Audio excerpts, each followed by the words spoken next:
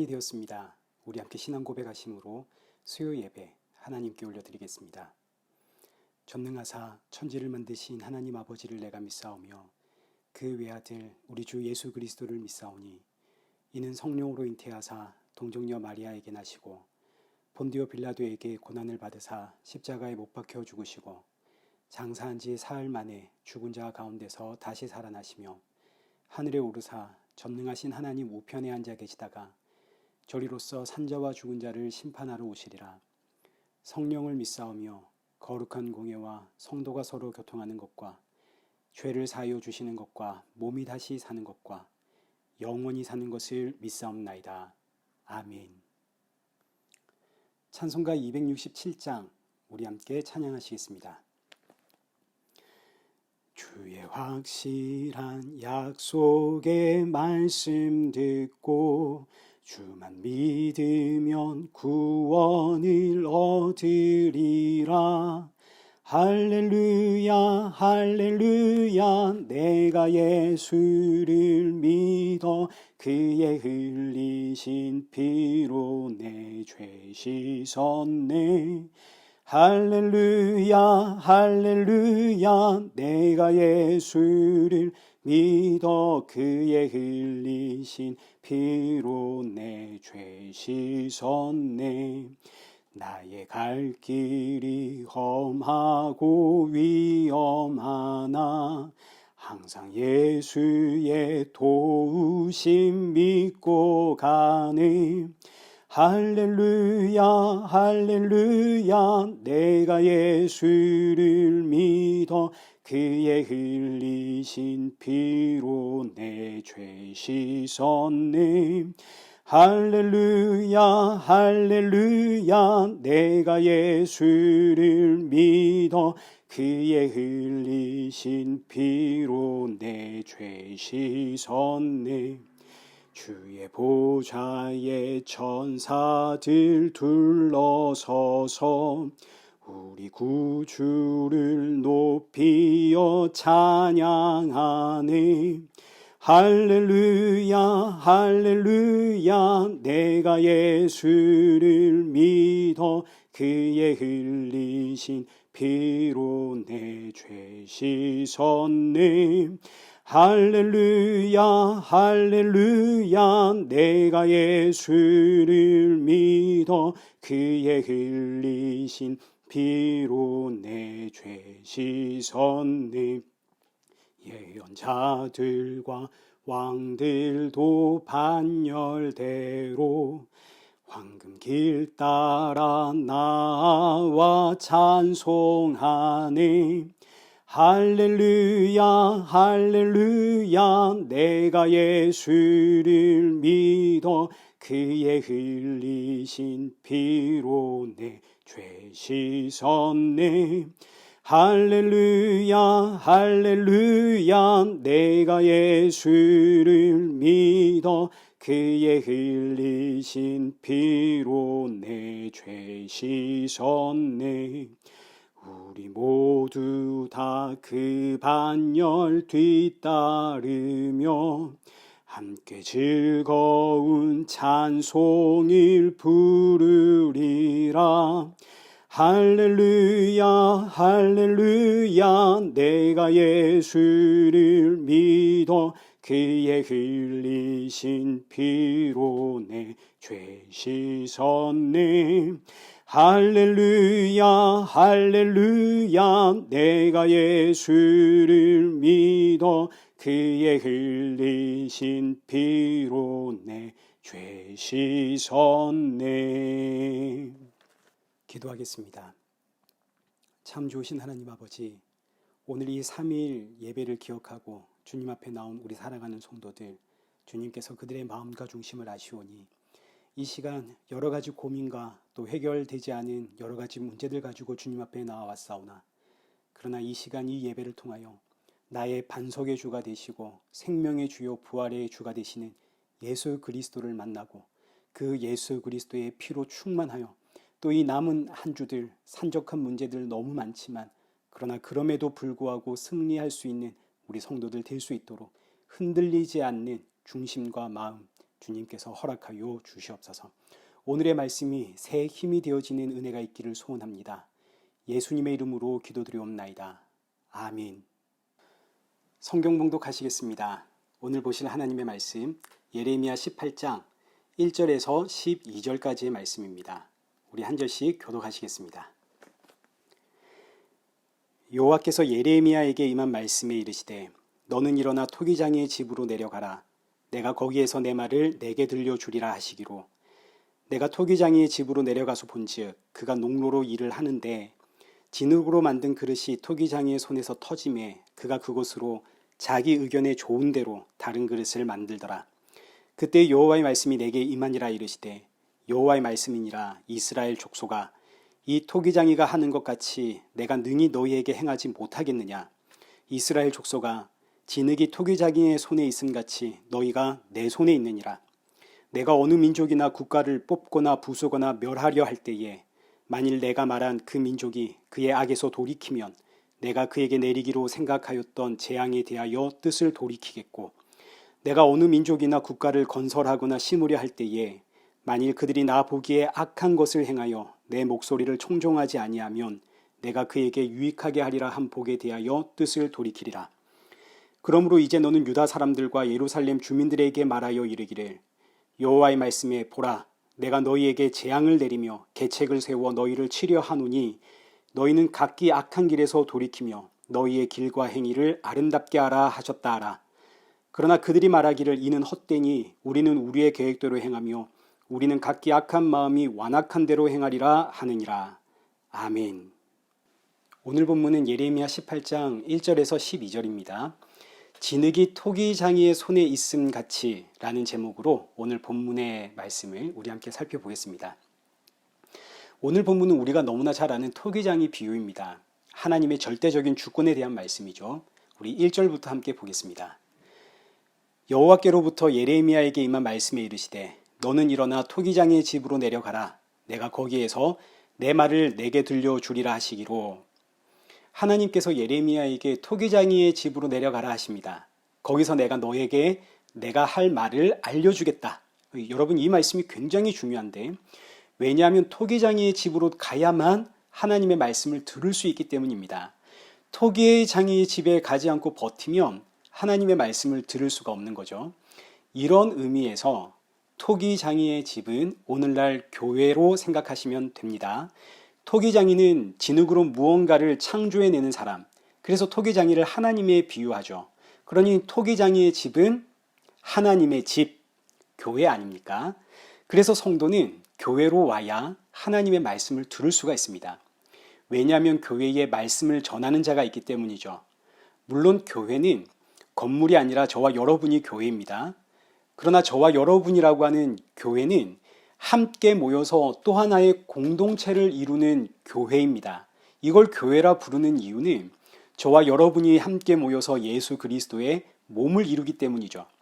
그래서 나 한 사람이 교회고 동시에 우리가 모여서 하나님의 몸을 이루는 교회가 됩니다. 그러나 이때 각자 자기가 받은 역할이 다 다릅니다. 모두가 다 말씀을 전하는 자가 될 수는 없는 거 아닙니까? 그래서 교회에 가면 말씀을 전하는 자, 이제 저와 같은 목사가 있는 겁니다. 그러니 하나님의 말씀을 듣기 위해선 교회가 모인 공동체로 가야 되는 거죠. 오늘날은 이 교회의 폭이 아주 넓어졌습니다. 건물 교회뿐만이 아니라 이렇게 온라인 교회까지 그 폭이 확대되었습니다. 여러분 이게 얼마나 귀하고 감사한 일인지 모릅니다. 이제는 정말 마음만 먹으면 어디서든지 말씀을 들을 수 있는 그런 시대가 되었죠. 그러나 그만큼 이단도 많기 때문에 여러분 잘 분별하시면서 생명의 주, 부활의 주가 되시는 예수 그리스도를 말씀을 통해 더 많이 알아가고 더 깊이 알아가기를 축복합니다. 하나님의 말씀을 받은 예레미야는 이제 그 말씀에 순종하여 토기장이의 집으로 찾아가는데 이제 3절과 4절 말씀을 우리 함께 보겠습니다. 내가 토기장이의 집으로 내려가서 본즉 그가 농로로 일을 하는데 진흙으로 만든 그릇이 토기장이의 손에서 터짐에 그가 그곳으로 자기 의견에 좋은 대로 다른 그릇을 만들더라. 우리가 너무나 잘 아는 토기장이의 비유죠. 예레미야가 토기장이의 집에 도착을 했더니 때마침 토기장이가 진흙으로 일을 하는데 진흙으로 만들어진 그릇을 부수고 그것을 가지고 자기 마음에 합당한 대로 새로운 그릇을 만들더라. 이게 바로 지금 하나님이 하시는 일이다 하는 것을 예레미야에게 가르쳐 주시는 사건입니다.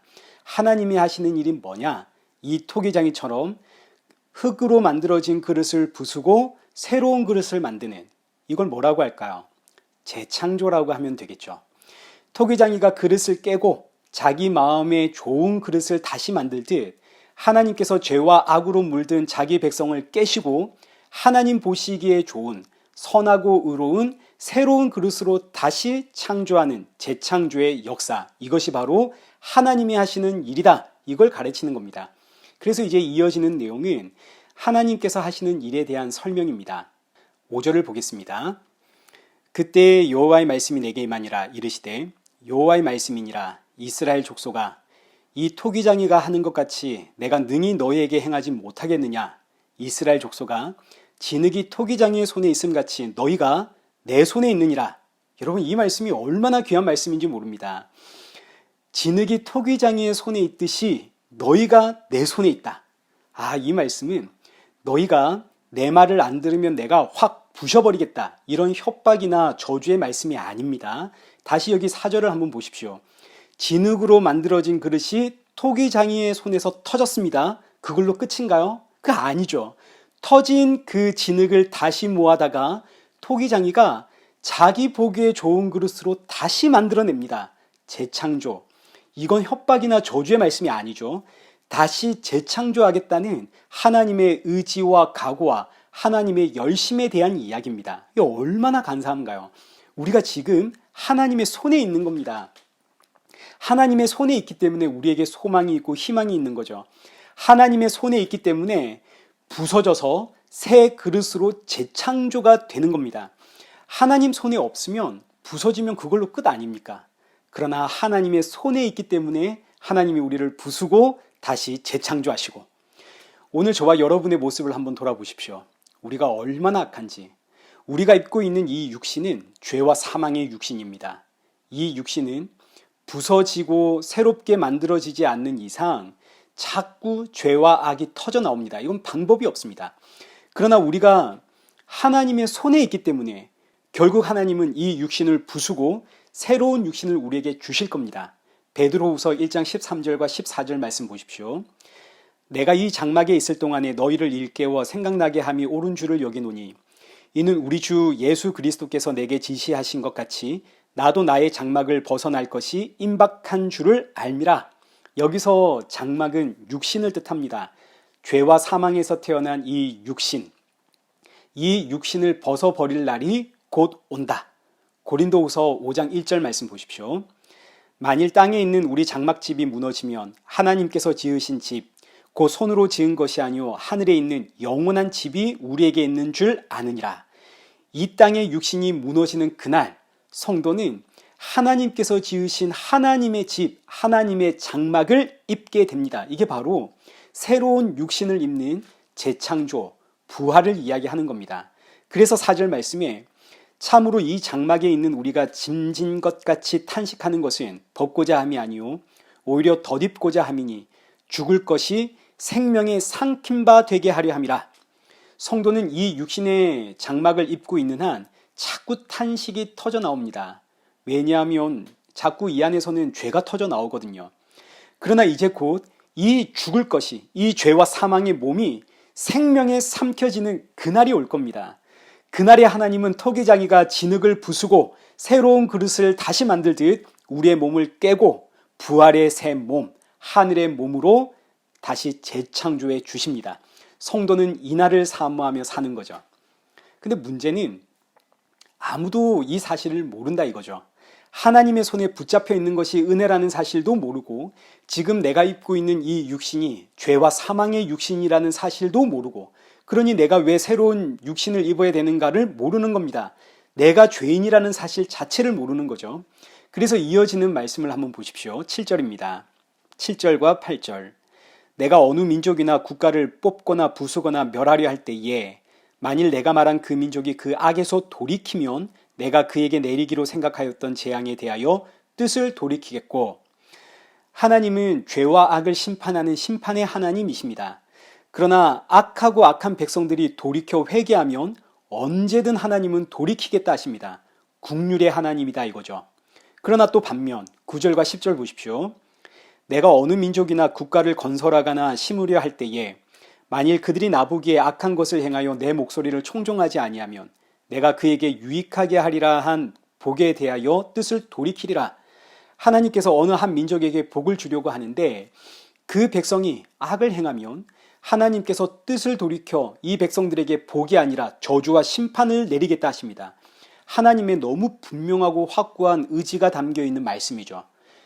그리고 하시는 말씀이 이제 11절입니다. 11절 말씀은 이런 내용입니다. 유다와 예루살렘은 복을 받기 위해 택함받은 내 백성이다. 그러나 너희가 워낙에 악하기에 내가 이제 너희에게 재앙을 내려 너희를 치려고 하니까 그러니 너희는 각기 악한 길에서 돌이키고 너희의 길과 행위를 아름답게 해라. 하나님께서 지금 유다와 예루살렘에게 경고하시는 겁니다. 모호하게 말씀하신 게 아니죠. 분명하고 확실하게 저주와 복에 대해서 말씀을 하셨습니다. 복 받는 비결, 저주 받는 방법. 돌이켜 나에게로 나아와라. 그런데 이 말씀을 들은 이 백성들의 결론은 뭐냐면 12절입니다.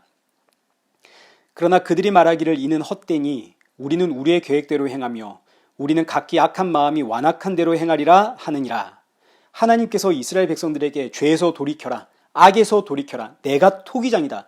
내가 너희를 부술 수도 있고 새롭게 만들 수도 있다. 선지자를 통해서 하나님이 아무리 외쳐도 이 백성들은 듣질 않습니다. 왜냐하면 죄와 사망에서 태어났기 때문에 자신들이 죄인이라는 걸 모르는 겁니다. 자신들에게 문제가 있다는 것 자체를 모르는 거죠. 오히려 우리에게는 하나님이 주신 말씀이 있고 우리는 이 말씀대로 사는데 대체 왜 우리가 회개를 해야 되는가? 우리에게 무슨 문제가 있는가? 우리는 앞으로도 하나님이 주신 말씀 붙잡고 살 것이다. 그래서 하는 말이 12절에 이 선지자의 말은 헛되다 이겁니다. 헛되다. 그러나 하나님은 이 백성들의 신앙, 이 백성들의 각오와 의지를 악하다 하십니다. 이 백성들은 악하다. 자기 마음이 완악한 대로 행한다. 그런데 여러분 이때 하나님은 이 백성들이 돌이키지 않을 것 모르시겠습니까? 이 백성들이 하나님의 말씀을 들을 때에 어떤 반응을 할지 하나님이 모르시겠습니까? 그렇지 않죠. 하나님 다 아십니다. 이미 다 알고 계십니다. 이 백성들은 답이 없다는 거. 아무리 하나님께서 선지자를 보내고 외쳐도 이 백성들 돌이키지 않을 거 하나님이 너무너무 잘 아십니다. 그래서 주신 게 바로 이 토기장이의 비유입니다. 이 백성들은 스스로 바뀔 수가 없고 변화될 수도 없고 회개할 수도 없고 그 뜻을 돌이킬 수도 없기 때문에 내가 이 백성들을 부수고 다시 새롭게 창조하는 것 외에는 방법이 없다. 그 이야기를 하는 것이 바로 이 토기장이의 비유. 그러니까 토기장이의 비유는 심판과 저주가 아닙니다. 내 말대로 안 살면 내가 너희를 심판하겠다, 부셔버리겠다 이런 비유가 아닙니다. 방법이 없기에 내가 너희를 재창조하는 것뿐이다. 이걸 알려주는 은혜의 말씀입니다. 근데 이제 중요한 것은 이 백성들을 대체 어떻게 재창조하실까?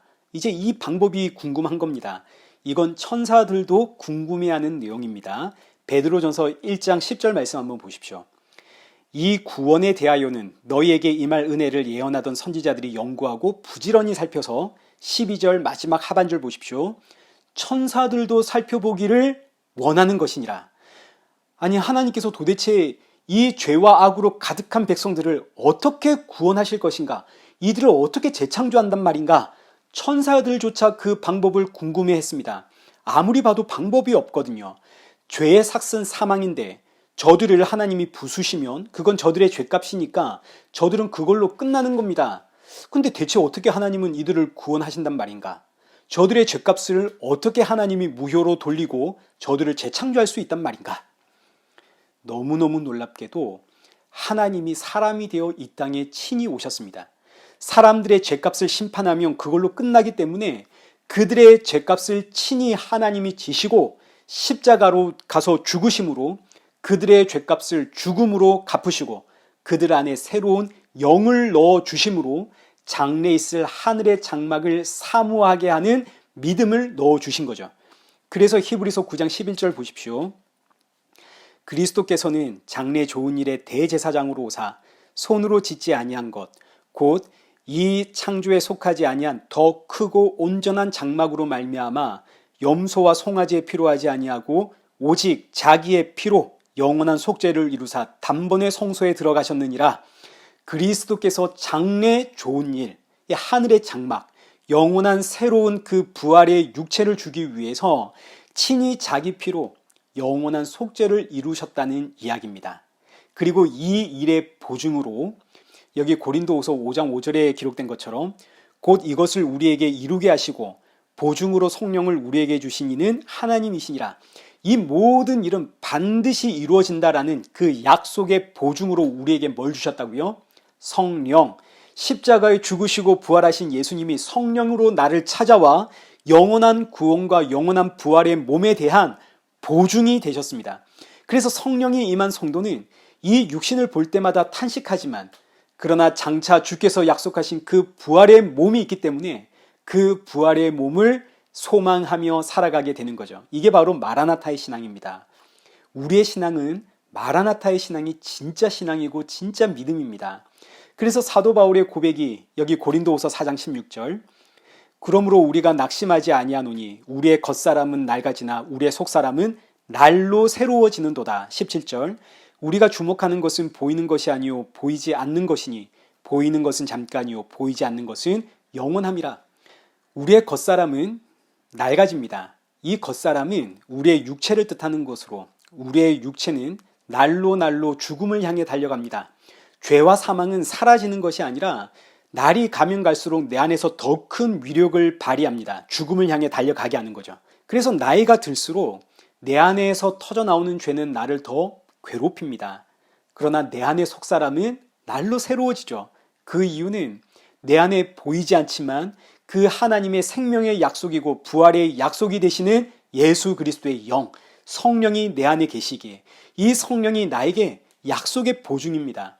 그래서 이어지는 고린도후서 5장 1절의 말씀이 만일 땅에 있는 우리의 장막집이 무너지면 하나님께서 지으신 집 곧 손으로 지으신 것이 아니요 하늘에 있는 영원한 집이 우리에게 있는 줄 아느니라. 아멘. 땅에 있는 우리의 장막, 이 육신이 죽으면 우린 그걸로 끝이 아니죠. 하나님이 지으신 집, 손으로 지은 것이 아니라 하나님이 재창조하신 그 영원한 부활의 몸, 그 몸을 입고 우리가 다시 사는 겁니다. 사랑하는 성도 여러분, 하나님은 우리의 토기장입니다. 하나님은 말씀대로 안 살면 부수고 깨트리고 심판하시는 그런 토기장이가 아닙니다. 말씀대로 살 수 없다는 사실을 누구보다 잘 알기 때문에 자신의 죽음으로 우리를 새롭게 재창조하시는 하나님이십니다.